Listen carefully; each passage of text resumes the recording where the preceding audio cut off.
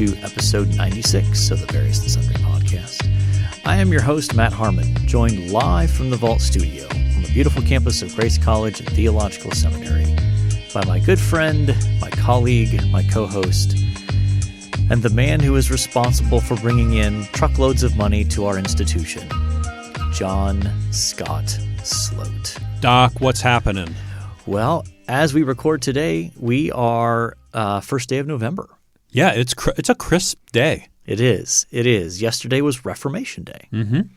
Yes. So as you know, that's a relatively big deal in our family usually. Yeah. Did you shave your head again into the Martin Luther haircut? I chose not to. This year? This year. Yeah. Yeah. Maybe in years to come. We'll see. But should we mention that we're using new equipment? yeah, we should. So we walked into the studio here on campus, and there's brand new equipment sitting here. I mean, the microphones and the headphones are the same, but the actual the control recording board, device, that records, has been essentially replaced, and it's like light years ahead of what we used to have here. Yeah, I feel like my voice is smoother all of a sudden on this new equipment. Indeed. And we're hoping it's recording. We're assuming that's it the other is. piece. Yes, we're assuming that we're actually recording here. So, yeah. So, did you guys do anything for Halloween, Reformation Day weekend? So our neighborhood, will decorate houses for Halloween. And Yeah. so we had probably 30-plus trick-or-treaters, mostly young children dressed up in very adorable costumes. So that was a lot of fun. Okay. Do you have a go-to candy that you use? No, my wife, fearing we'd run out of candy, bought, I think, 2 15-pound bags. Oh, my goodness. And so I brought both. Probably what remained was 2 7-pound bags of candy to campus this morning, and gave one away to my Greek class. I wondered if you would pawn that off on our Greek students. I did. I have advising appointments tomorrow. The rest will go out then at some point during the day. Yeah, that's a good move. That's a good move there. Speaking of good moves, if you'd like to contact the show, you new can equipment, reach us. better segues. Yes. You can contact us on Twitter at VNSPod. You can email the show, variousandsundrypodcast@gmail.com. We are also on Facebook and YouTube. You can find us at Various and Sundry Podcast. We would also love for you to go ahead and leave a review and a rating, a 5-star rating, of course. And before the show here, we discovered a very strange thing.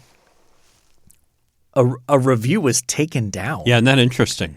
And it was the review that said something to the effect of, love Matt and John, but boo Mets. Well, maybe that person felt convicted about their sin, and they went down and just took it down electively. I see. And I think it's probably good for you to go on the record and with did you or did you not have any role in getting that taken down? I had no role. I would not know how to do that. And I don't think Apple would take that seriously enough for me to be like, oh my gosh, they said boo about his favorite baseball team. We got to help this guy out. Okay. Yeah. So I don't think so. I don't think I had anything to do with it. I definitely didn't have anything to do with it. Yeah. Okay. All right. It's got to be elective to me, or Apple, they violated some sort of podcast code involving the New York Mets, obviously. Obviously, yes. I mean, the owner is like has billions upon billions of dollars. So yeah, maybe he's got a whole staff of people who scour the internet for negative coverage. Well, he may have billions. They're not perhaps ethical billions, but they are billions, you know. So yeah, maybe. Okay. Or perhaps they thought they were talking about the Met Gala, and so the Met Gala could have come after them. I mean, there's a lot of potentials here. All right. Well, speaking of potential, let's talk about your New York Football Jets. It is true. The better equipment, the better the segue gets. Yes, the Jets won yesterday in surprising fashion behind the thoroughbred Mike White. Who is Mike White? He played at Western Kentucky University, Gosh. well known as a quarterback school. Factory, yes. He was drafted by, I think, the Cowboys in the second round like 3 years ago. Okay. And ended up as the Jets' backup and, threw for over 400 yards. It was a pretty good day. Yeah, I'll be honest. I don't understand what happened. I saw none of the game. And I'm guessing you did not see it either. You probably followed it by... I watched a little line on my phone. Yeah. I mean, the Bengals coming into that game were 5-2. 5-2. So this was a surprising result. Would you say? Yeah, I think it was a little bit of they had a big win last week and they were looking ahead. So I think it was a bit of a trap game for them. Okay, yeah. So all aboard the Jets hype train. So they are 2-5. 2-5, I believe. Yeah, they had a bye week already. Okay. All right. So yeah. I mean, it was a fun game to follow on my phone. Remind me, what was your prediction at the beginning of the year that they would go? Oh goodness, 6-11 I think I said like they that? had 7 or 8 wins. I think was my prediction. All right, so they're gonna have to pick it up a little bit to get there. Yeah, I think so. Okay. I mean, they got Miami twice on that schedule still. Okay. So yeah, Miami's not very good. They're not. But neither are the Jets. No, they're not either. Yeah, the NFL's just so strange that way, though. Even bad teams on any given Sunday can beat a good team. Mm-hmm. And I think the Bengals are a good team, not a great team. They're still a young team. Yeah. Mm-hmm. So that was an interesting. Any other NFL things that stood out to you this past weekend? I didn't really Thursday watch a night. lot. I mean, you saw the Aaron Rodgers memes, didn't you? Oh yes, that was great. Yes, that was a great facial expression. Yeah, he got knocked down and his helmet's like halfway off, and he's got this really wide-eyed look to see if he completed the pass. And yeah, I mean, it was a great Halloween look. Yeah, oh yeah, totally, for sure, totally.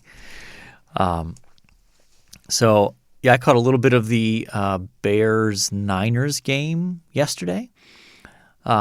Justin Fields looks like he's continuing to kind of slowly progress. They lost, but still he looked better, I think. Did you catch – well, it would have been on at the same time, but the Colts versus the Titans yesterday, that was a good game. I caught the end of it. Yeah. So I caught like the last 2 minutes of regulation plus overtime. Yeah.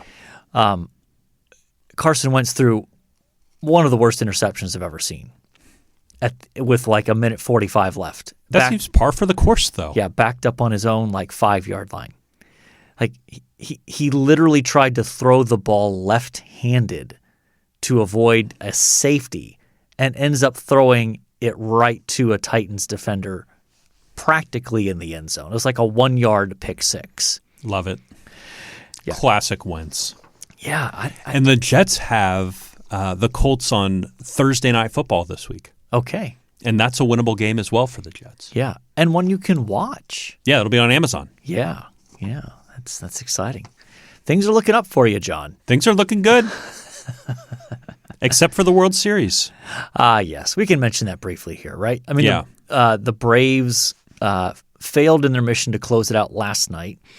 So game 6 is Tuesday night. So when this episode drops, it'll be that night. That night, yeah. We're here on Monday. Yes. Let's talk a little college football here. So big weekend of college football for the Big Ten in particular. Yeah. The marquee game was, at least in my view, the Ohio State Buckeyes playing the Penn State Nittany Lions. And Ohio State won, thankfully, 33-24. Not as convincing as it should have been. Is it one of those ones where the score doesn't really reflect how the game felt? Well, you know what I mean? So Ohio State kicked a field goal with like probably 3 minutes left to go up by 9. So that up 2 scores with 3 minutes left is a tall task. Sure. So, but Ohio State played a very sloppy football game. They had, I could be wrong on the exact number, but I think it was 5 trips to the red zone, scored 1 touchdown, 3 field goals, and went for it on 4th down and didn't get it another time. That's not going to win you big games. No, that's not great. So that's problematic. Their red zone efficiency was terrible. But they got a defensive score. They had a scoop and score, a fumble caused. And then one of their 300-pound defensive linemen ran it in from 57 yards out. So it's always fun to watch a big guy run that far love with the big guy to football. score. Yeah. Good touchdown dance at the end of it. I think he was just relieved to be done running. Went straight for the oxygen. Yeah. Yes. They showed the replay and they put the stopwatch on him for his 40 time, and he had a running start to get to the 40 from the 40 to the end zone, and it was still like 5.2 seconds with a running start. I love it. So it was interesting. Ohio State had like 7 pre-snap penalties, false starts. They're at home. That's just inexcusable. Yeah. So they did not look sharp, but they did enough to win. So that was good. The other marquee game of the weekend of the Big Ten was Michigan State beating Michigan. Yeah. 37-33, I think, was the final. Harbaugh just can't get a win in the Big Ten, it feels like, or against a good team in the Big Ten. Well, against his rivals. Yeah. I mean, the two primary rivals you have as a Michigan coach are obviously Ohio State and then Michigan State. Mm-hmm. And his record against them is terrible. Like, he's never beaten Ohio State. And he's beaten Michigan State now, I think, has he beaten them twice, maybe? Maybe. So he's like 500 against them? No, he's been there longer than 4 years, I think. So he's under 500 against them. Ugh. No good. But, it's so Michigan State is now undefeated, and they actually jumped Ohio State in the rankings, which – Really? Yeah. I mean, they're undefeated. Ohio State has one loss. Yeah. And if you talk to the odds makers in Vegas about who would be favored in that game, Ohio State would probably be at least a touchdown, maybe a 10-point favorite. Okay. So they'll play. They'll sort it out on the field. Yeah. So Tuesday, so when this drops, the night that this drops, will be the first official college football playoff rankings. So the rankings up to this point are just the AP poll and the coaches poll, okay, which are essentially irrelevant. The College Football Playoff Committee releases their first set of rankings this Tuesday. Okay. So we'll see how that shakes out. My guess is Ohio State will be probably around 6th. Okay. So, which is really not that doesn't matter. That's within striking distance. Yeah. The first time the playoff rankings were released in 2014, when during the first year of it, Ohio State was like 13th or 14th, and they ended up finishing 4th to get into the playoff and then winning it. So 6th will be just fine. Yeah, I'm not worried. Anything else in the world of sports, John? The Knicks beat the Bulls. So the Knicks are, what are they? 5-1. Okay. That's a good start. It is. So we play tonight. I can't remember who we play tonight, but we have somebody. They've been fun. So do you get the NBA League Pass to watch? No, I don't. But you had the baseball one, right? I had the baseball MLB one. Pass. That's What right. was that called? MLB Network? No, At Bat. Okay. MLB At Bat. There you go. So not springing for the NBA League Pass to watch your Knicks? I did one year for the Knicks, and they won 4 games. Or maybe it felt that way. They won 4 games. So I kind of went, gosh, they got to get a lot better. Yeah. So maybe next year we'll look into it. But right now, 5-1, 6-1, wherever they're at, quite good. Okay. That's a lot of fun. They got a game tonight on NBA TV, so I'll be watching that. Okay. Good stuff. Good stuff. Well, speaking of good stuff, our main topic for today, we're stepping away from the parables. This is more of a current events kind of a discussion here. And our topic for today is the end of Together for the Gospel. Mm-hmm. So, John, why don't you explain what Together for the Gospel is? We shouldn't assume that all of our listeners necessarily know what that is. Sure. Well, Together for the Gospel is an every other year gathering, and that's all it is. It's a gathering of people around kind of a common identity. I don't know if that's the right term, but to hear people preach and teach about the gospel and how it's impacting ministry. It's a pastor's conference of sorts without being the movement maybe that the Gospel Coalition is, where there's blogs and things like that. This is strictly the conference. Yeah, that's correct. And they meet every other year, ironically, the opposite year of the Gospel Coalition Yes. in Louisville, Kentucky at the Yum Center. Yeah.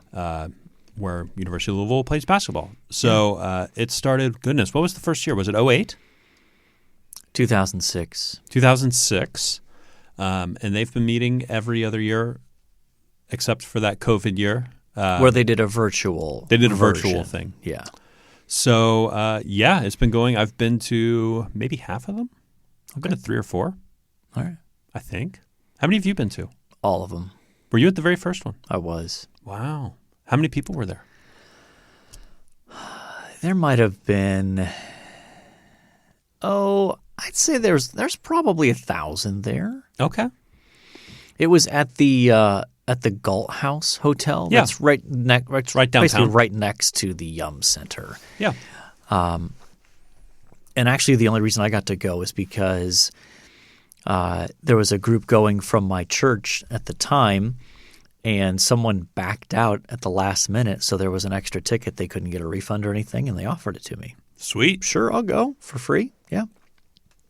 So, started in 2006. I've been to every one of them.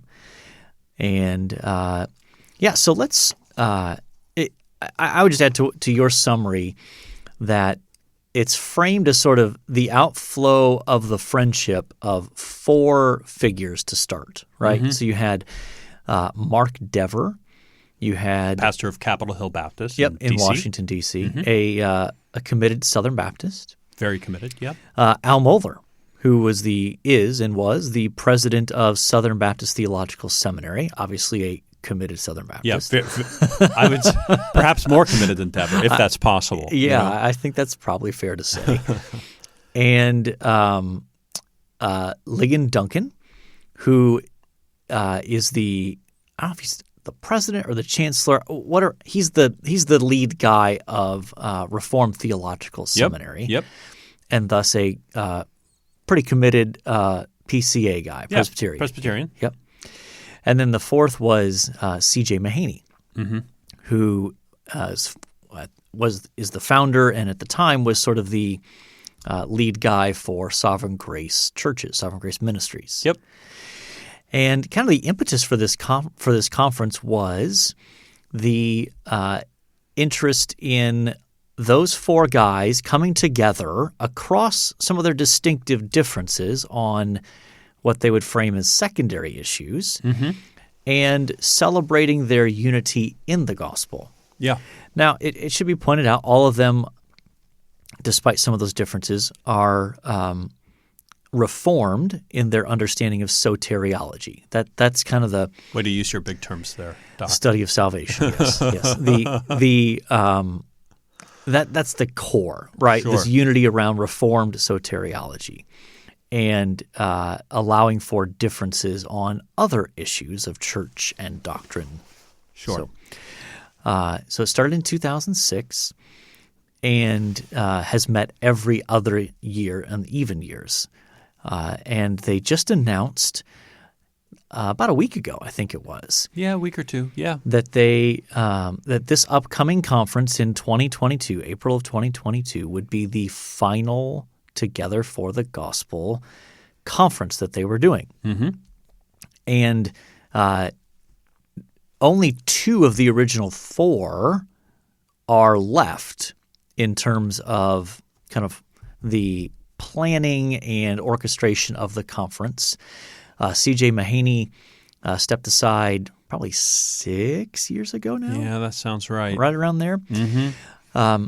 And then just recently, Al Mohler said, I've got other things that I need to focus more time and attention on. So he stepped aside from that. Yeah. And that from the way that Mark Dever and Lig Duncan framed it, they kind of presented that as that was our signal that it's time to probably just end this thing and move on. Mm-hmm. So when you heard the announcement, what was your initial response or reaction? I think a little sadness. Yeah. You know, there's sort of this gathering that we all look forward to every year of getting together and worshiping and engaging and thinking. And I love taking students to it because it exposes them to thinkers and teachers maybe that they wouldn't have heard on their own or they wouldn't have heard in their local church. And so that was always really good. So, yeah, I think there was some sadness. I think I also understood it, right? They had started out as these 4 friends who were pulling this off, and now they have lost 50%. And obviously there were background people who were helping them and doing, they have a team of people behind them. But, a large team, yes. Yeah. But, they decided to step away. I'm sure there were things about – goodness, like the contract with the Yum Center and those sorts of things. So, I was sad, but I think I also understood it. Yeah. What were some of your thoughts? Very similar. For me, I wondered, and we can either talk about this now or we can move it later in our discussion, but I want to make sure we touch on it, is it felt to me like this is kind of the end of an era. That when you think about the so-called Young Restless Reformed movement, T4G has been a huge piece of that. Yeah. And the end of it is one more piece of what I think is sort of the kind of the end of the Young Restless Reformed movement, or at least a dramatic shift in the Young Restless Reformed movement. So that's part of what kind of got my attention in terms of thinking about what are the larger implications of this? What does this say about what's going on in evangelicalism more broadly and even in our culture? So those are some of the questions that kind of it provoked in my head. I think that I've seen others point this direction. I think it's probably the case that 2018 was really the end, and that 2020 was the COVID year. So that's kind of a weird throw that away because 2018 was part of the discussion that year was on issues related to race. And I think it became apparent, and this is again before really, the explosion of racial unrest in our culture. But even then, you could begin to see some of the fault lines among evangelicals on how do we address the issue of race and what should we talk about, what shouldn't we talk about, what approaches are valid and invalid, etc. I think that's where the cracks really started to show. That unifying around Reformed soteriology was no longer going to be enough to keep the coalition together, to keep the movement unified. Those are my thoughts on that in terms of – do you have a different take on that? What do you think on that? I'm not saying it's the entirety of the reason. I think that's a piece of it. Sure. I think that's definitely a part of it. For sure. Just even in seeing some people's responses to some of those things and getting text messages from friends that were upset by the Twitter mob. But so I think that's a piece of it. I also think that the Young Restless Reform movement, frankly, isn't that young anymore. These guys were probably an older generation for the Young Restless Reformed. And that's an important observation that I would not put Dever, Duncan, Mahaney, and Moeller as part of the Young Restless Reform movement. They were the figures that the Young Restless Reform looked up to. I agree. Yeah. I agree. And I think there's a tendency when you have a movement like that, there are some elder statesmen that they always look to. Sure. When you have a movement like that. 100%. Usually 15 to 20 years younger. Yep. And so I think that group, as these guys are, getting into their late 50s? I don't know these guys' ages. That was a big guess. I think that's probably right. Yeah, I think that's probably right. These other guys that are coming behind them are now getting into their 40s, some into their 50s. I think the Young Restless Reformed is less young than it used to be. Maybe even more restless in some ways. Even more restless, yes, than it was at one time. Yeah. So I think that's part of it as well. Absolutely. So what are some of your favorite memories from T4G experiences? Or actually, maybe we can do a bigger picture. What do you like about going to T4G? You mentioned the bringing students. Anything else that you like about going to T4G? Well, first of all, they give out a lot of free books. Hey, nothing wrong with that. Yeah. And that's a very helpful piece. Yeah. So when I can look at a student and go like, hey, pay this, $150, you're going to get almost $200 in books back. That's like a moment for them. Yeah. So there's that piece. I love that. I love I think the worship there is really interesting, right? Mm-hmm. There's a piano and a person playing it. Yeah, Bob Coughlin. And people just singing at the top of their lungs, and it just really echoes throughout the whole thing. Yeah. Or the whole place. I also enjoy connecting with friends that I meet at this conference or people that I can run into and have conversations with and those sorts of things. So yeah. Yes, very similar for me. The older I get, the more I look forward to these conferences, less about the content than it is about connecting with people that I don't get to regularly see. So that's something that I very much look forward to every time the conference happens. Okay, so favorite memories from. You're digging at something in particular. Well, I mean, I'm not gonna force you to share a story that you don't want to share. Okay. Well, it was my first T4G. I think it was been 12? 12, I think so. And you had 2012. 2012 at the time. No. Even when the first one happened, I was 18. Yeah. But 2012, I drove down, I think, with you. No. I think Brent was my passenger and was guiding me. Brent in Indiana, who I don't think listens to this. Drove down, but I was staying with somebody else. Do you remember this? But you went back with us, didn't you? I did. Okay. I did. Yeah. So I was staying with somebody else. Yes. But we had a caravan of minivans that went down. I think you were driving one. I think I was driving the other. Okay. And we're carpooling down there. But Brent took over the driving for me when we were in the city because I was staying with somebody else. And you were staying across the river at a hotel. Does that sound right? That sounds right.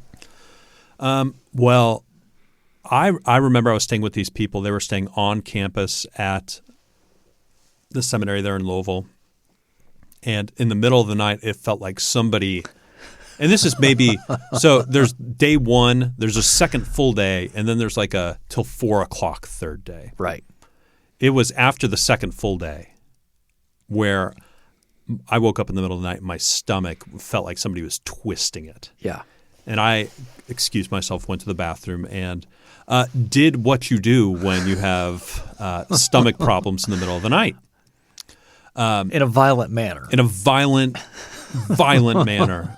And I mean, I woke up my host with that, and I just couldn't stop. I just couldn't stop. And so they eventually took me to the hospital. Yeah. And before I went, I called you, and I was like, I think I was still calling you Dr. Harmon at the time. I was like, Dr. Harmon, I'm sick. They're taking me to the hospital. Please get me my free book tomorrow. Yep. Awful. And then I got out of the hospital, and I mean, did they give you fluids? I'm trying to remember. Yeah, they gave me fluids and a anti-nausea medicine that I won't go into great detail about, but it knocked me out. I got back to my buddy's apartment probably like 10 in the morning. We had been up all night and went to sleep and didn't wake up until it was time to go. Came and found you at the conference. Yep. This is so weird to talk about with a 2020 lens because I remember walking into the conference and like walking around the Yum Center while ill. Something that just doesn't happen anymore. Yeah. And you guys loaded me up in the car and we drove back to Indiana, and I lost about 15 pounds Yes. in a 24 hours, 36-hour time frame. Yep. So I missed the last day missed John Piper. That's what I remember. Yeah. Yeah, that is one of my favorite memories from the many years of going as well. I've never been more sick in my life. Yeah. Never been more sick. Yeah. So, I always enjoy catching up with friends. Those are the sort of memories that stand out. Having conversations with friends that I don't get to see as often as I'd like.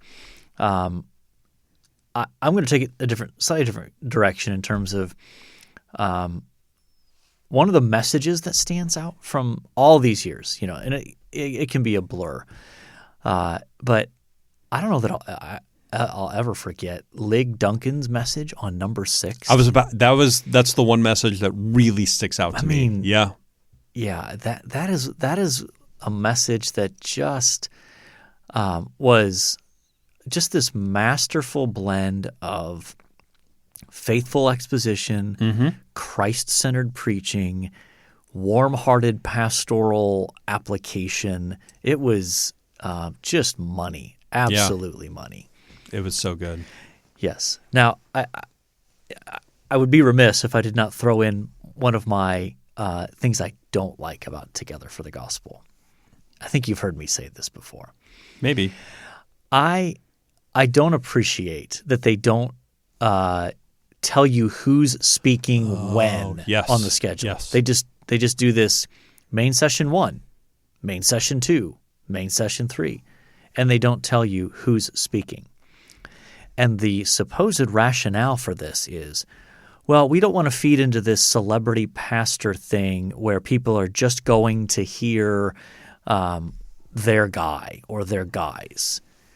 To which I want to say, number 1, I'm an adult. Please treat me as one. I'm not a kid. Please treat me as an adult. Yeah. Number 2, everybody on the list is a celebrity pastor at some level. It's a big name. A celebrity pastor has a pejorative sense. They're all big names. Sure.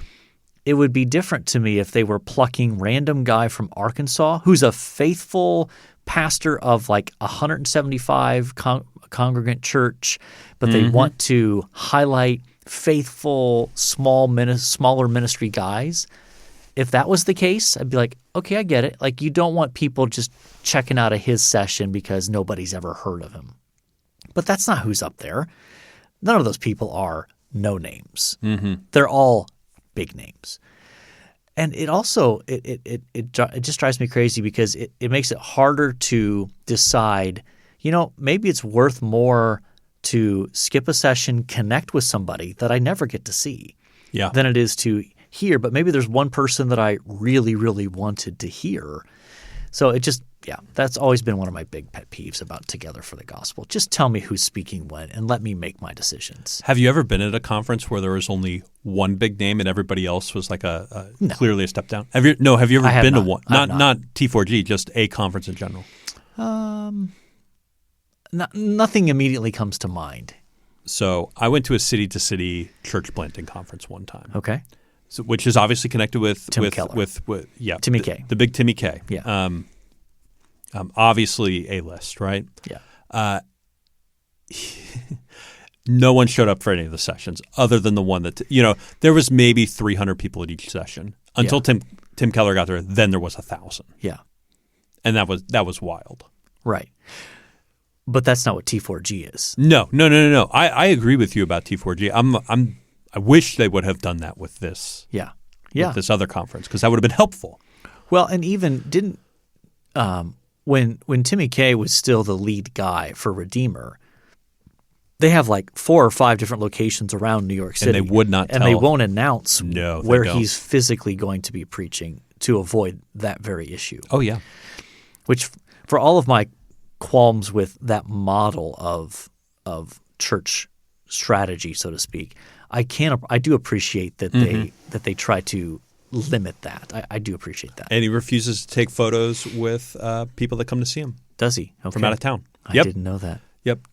I don't know that from experience. I've heard that on podcasts and other things. See, because you're not that guy. I'm not that guy. No, I don't go up and I don't talk to celebrities. Yeah, you don't. I'll never forget the guy from Lost was here. The guy that played the guy in the wheelchair. The guy that played John Locke. Yeah, the guy that played John Locke on Lost. Blanking on his name, yeah, but I know was in Winona Lake filming a movie. Yes. And I remember I was down at Light Rail, our local coffee shop. Yep. And I see him walk in. I make eye contact with him. I clearly recognize who he is. Yeah. He clearly recognizes that he's I been recognize. And then I said, "Would you mind moving? I need to get to the coffee." I think I said, "Excuse me." I was a bit more polite. Very polite of you, yes. But yeah, I don't approach celebrities. No, you didn't even approach John McCain when he was on our flight from, where was that? Sydney to Tokyo? Is that where that was? No, never approach celebrities. Okay. Yeah. I wouldn't want to be bothered if I were them, Yeah. Yeah. That was not true of everyone in our group, though. Oh, gosh. No. My, do we have time for that story? Briefly. We had a female student who did not get to go walk by him and see John McCain. And so she walked through first class with the video on her phone on and got kicked out of first class by a flight attendant. Yeah. But she got the video. There you go. She got the video. Bully for her, right? Anything else on Together for the Gospel? I do think this is kind of the end of an era. Yeah, I think it's sad. I think we need more things that bring us together and less things that divide us. And I think this was one of the things that brought us together. And it was also a good it was in a good rhythm with Gospel Coalition, which obviously there's overlap there, even among some of the guys that are involved in both. But Gospel Coalition is very intentionally an attempt to be a movement, a network, a larger thing. I mean, they've got this massive website with all sorts of resources, and they're clearly a movement kind of thing. Together for the Gospel was just a conference. That's it. Yep, that's it. And but it was nice that they alternated years, so that every year you had one of these huge national conferences to be able to reconnect with friends and hear good preaching and teaching, gather some good resources, those kinds of realities. So I do think that is it is sad. I am curious if something will rise up to take its place. Yeah, I wonder if something – I don't know what it would be, but somebody's got to be thinking of something. Yeah, I would think so, to fill that conference gap in April of even-numbered years now. Yeah, or even like mini regional things could be interesting. Or yeah, it makes you wonder. I think Gospel Coalition has done some regional conference kind of things. Will they consider making that a regular thing where they do regional every other year? So they do the big national on odd-numbered years, and then even-numbered years they do some sort of regional-based kind of thing. I don't know. It'll be interesting to see if they decide to do anything with that. But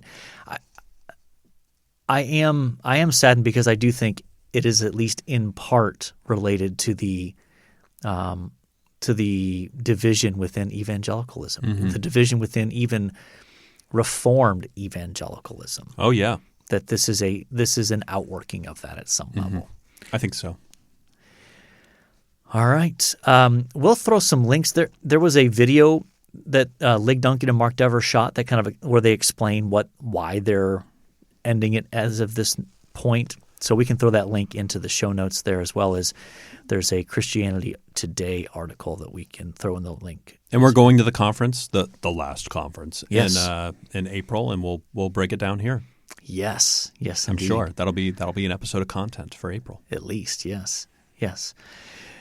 All right, so we are at episode 96, and John, we need an athlete. Yeah, so let's read through. I mean, goodness, this is the first time I'm looking at this list, so let's see how it goes. This is going to be scary. Cortez Kennedy. You recognize that name? I don't. Okay. He played in my watching lifetime, although on the West Coast. Yeah. So. Yeah, defensive tackle for the Seahawks from 1990 to 2000, defensive player of the year in 92. So a pretty dominant defensive player of his era. Tomas Holmstrom. Do you recognize that name? I do. Okay. He was a winger for the Red Wings. Yes, 90 to 2012. I think won a few cups in there. Yeah, the Red Wings won some in there, so they had to have. Yep. Pavel Bure. Recognize that name? I do. I recognize it as a hockey name. I know nothing It's about absolutely a hockey name. I don't know too much about him. But he played for – hockey players play forever. him. Yeah. They really do. Which I'm a little surprised by that. I mean, there's enough physicality and contact in there that you would think maybe the careers wouldn't be as long, but – Yeah, I don't think they have the knee injuries that other sports have because they don't plant. Yeah, that's true. That's true. Yeah, you hit a guy low and they just the skates just slide. Exactly. They don't stick. Exactly. And unless you get like slashed with one of those skates, Yeah. the injuries are just fewer. Yeah. Meta World Peace. Yes. Ron Artest back in the day. Though currently his name is right now it's Meta Sandiford Artest. I wonder if he's suing Facebook. That's right. Yeah. Meta. Yeah. I mean, Just a thought. Just a thought. yeah, Ron Artest's Meta World Peace, Meta Sandiford Artest, whatever we're calling him these days. He had a long career, like an 18-year career in the NBA, which is kind of more And he was very good on the Pacers, and he was very good on the Lakers. Yep. Other than that. more of a defensive guy, not as much on the offensive end, but he could occasionally, put some points up on the board for you. And then our Ohio State entry, Sean Nuremberger was a kicker from 2014 to 2017, played in our national championship team. So, who you got, John? I have no idea. I kind of just want to see Meta World Peace in a title of our episode. I have no strong opinion either. I'm gonna have some opinions next week, but 97? yeah, I've Okay. got some ideas for 97. Okay. So, you good with Meta World Peace? I'm good with Meta World Peace. Okay. All right. One thing you liked. Oh, goodness. This is another thing I wish I had thought of before we came in here. I'm going to go with I started listening to – I had mentioned probably a few months ago that I was listening to Andy Serkis' recording of The Hobbit. He did he's the guy that plays Gollum. Yep. In the movies. He did an audio version of the book, The Hobbit. He now has released The Fellowship of the Ring, The Two Towers, and The Return of the King. Okay. So very, very good. So how far along are you then? I'm just in The Fellowship of the Ring. Okay. So I am at Bombadil right now. Yes. So I'm right at the start. Yeah. Which it's interesting he doesn't show up in the movies, Tom Bombadil. Yeah, he's a bit of a sideshow in the book. He's not part of the main storyline. Correct. Yeah. You look at that and you go, gosh, what is Peter Jackson thinking? Well, he's probably thinking, I already made like a total of like 12 hours of movie with the extended editions. If I throw him in there, it's another hour. Yeah. Although I get the impression when Tolkien's writing this, as I'm just listening to it, even this morning, where I'm just like, you were just having fun writing this character and just kept going. Yep. Yeah. If you read his letters, like there's a whole book that's a collection of his letters where he's writing to different friends and that sort of thing. It's fascinating because he doesn't know where the story's going as he's starting this sequel to The Hobbit, because The Hobbit was written first, and then the Lord of the Rings trilogy is a sequel. So he's talking to friends about like, I've got this idea for this character, and I'm not sure what I'm going to do with him. So it's just fascinating to see him like in process. He didn't have this like master plan of like, here's how it's all going to shape out. Now I just got to write it. He did not write the Lord of the Rings trilogy that way. Okay, so for me, I'm going to go with a new card game that our family has been playing of late. What's it called? It's called Wizard. Are you familiar with Wizard? No, I'm not. Okay. It has nothing to do with magic or anything like that. Okay. It's kind of similar to euchre because there's trump and there's bidding involved. Okay. But it's a full deck of cards plus 4 wizard cards plus 4 jester cards. and you play anywhere from 3 to 6 players. And every hand, there's every player has to bid on how many tricks they think they can get based on their hand. So you start with 1 card. Everyone bids out of 1. Okay. The next round you bid out of 2.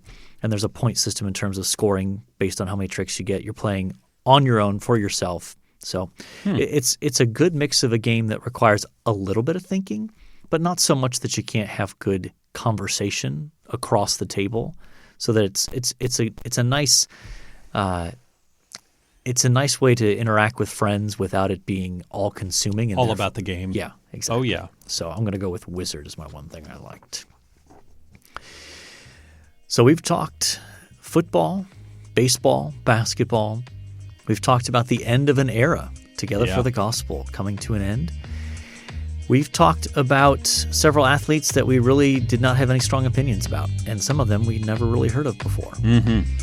We have talked about audiobooks. We've talked about card games.